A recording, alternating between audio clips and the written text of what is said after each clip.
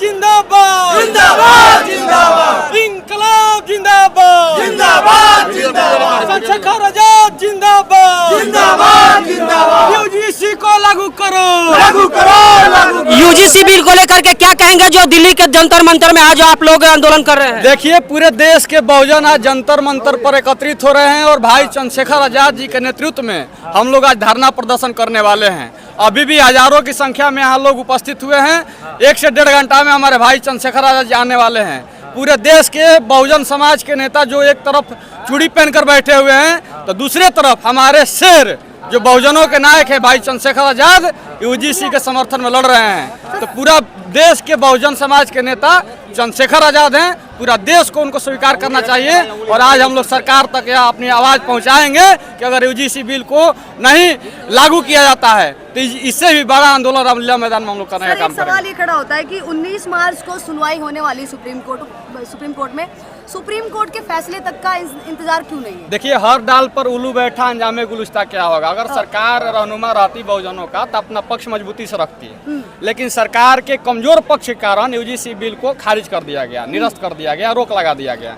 तो हम लोगों का भरोसा कोई पर नहीं है। हम लोग अपना लड़ाई अपने खुद लड़ना जानते हैं और हमारा यह देश है, हमारा 90% आबादी है, हमारे देश हमारे लोग इस देश में रहते हैं। तो हम सबों की मांग है कि जो बच्चे उच्च शिक्षण संस्थान में जो पढ़ने जाते हैं उनके साथ एट्रोसिटी होता है, जातीय भेदभाव होता है, उसको बंद किया जाए और यूजीसी को लागू किया जाए। वो लोग कहते हैं सवाल खड़ा होता है कि जैसे यूजीसी बिल को लेकर तमाम जितने भी स्वर्ण समाज के लोग धरना प्रदर्शन के लिए उतरे थे, उनको ऐसा लग रहा था कि उनके बचाव के लिए कोई प्रावधान नहीं दे रखा है इसमें। अगर कोई इन पे झूठे एलिगेशंस लगा देता है तो अपने आप को कैसे साबित करेंगे, और साबित अगर कर भी देंगे तो उसके बाद में जिसने आरोप लगाया उसको क्या सजा होगी? इसका तो कोई प्रावधान नहीं है। सीसीटीवी कैमरा से चोर डरता है कि साधु? चोर डरता है। जब हम चोर हैं ही नहीं तो फिर डरने की क्या जरूरत है सीसीटीवी कैमरा से? वैसे ही जब यूजीसी से उन लोग को दिक्कत है ही नहीं तो फिर डरने की क्या जरूरत है? अगर आप डर रहे हैं तो इस बात को आप मान रहे हैं कि हम कमजोर वर्गों के बच्चे के साथ हम लोग भेदभाव करते हैं। क्या कमजोरों के साथ में होता है भेदभाव? होने के लिए तो स्वर्ण समाज के साथ में भी होता है। उनकी चोटी देख के, उनका टीका देख के उनको भी टारगेट किया जाता है। जिसकी लाठी उसकी भैंस। सरकार तो उन लोग का आरक्षण दिया है ईडब्ल्यूएस के माध्यम से। जब हमारे बहुजनों की बात सरकार कर रही है तो फिर उनके आंखों में किरकिरी क्यों लग रही है?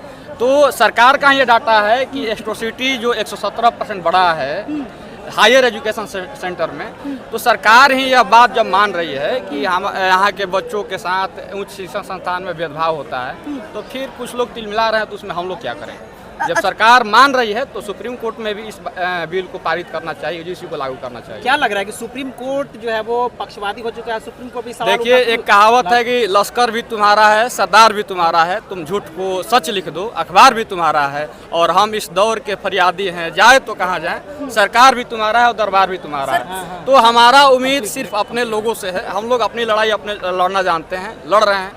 जो भी अंजाम आएगा, स्वर्ण समाज के लोग हैं वही आप पे मतलब जुल्म करते हैं। आप लोगों ने मतलब इस तरीके की थिंकिंग बना रखी है। तमाम लोग कहते हैं कि भाई अत्याचार करने वाला कोई भी हो सकता है। ऐसे तो मुगल भी करते हैं, मुगल भी करके गए हैं, बहुत सारे धर्म परिवर्तन, सारे दलितों का ही धर्म परिवर्तन हुआ था। देखिए, हमारे देश में 45 सेंट्रल यूनिवर्सिटियाँ हैं, उसमें 38 वाइस चांसलर हैं जो जनरल वर्ग से हैं, मात्र 7 ही ओबीसी SC ST से आते हैं। तो सरकार के जो सामाजिक न्याय की जो परिभाषा है, जो समानता का जो भाव है, कहाँ गया? इक्वलिटी कहाँ गई? हमारे जब लोग ही सिस्टम में नहीं रहेंगे, वाइस चांसलर नहीं रहेंगे, प्रोफेसर नहीं रहेंगे, तो जाहिर सी बात है कि हमारे लोगों के साथ भेदभाव होगा। सर, आप चाहते हैं कि समान व्यवहार हो सबके साथ में, सभी लोग इक्वल रहें, समाज में सबके साथ में जो कहा जाए इक्वल तरीके से चीज़ें हैं उन पे लागू हों, चाहे कोई भी योजना हो, चाहे किसी भी लाभ तरीके से।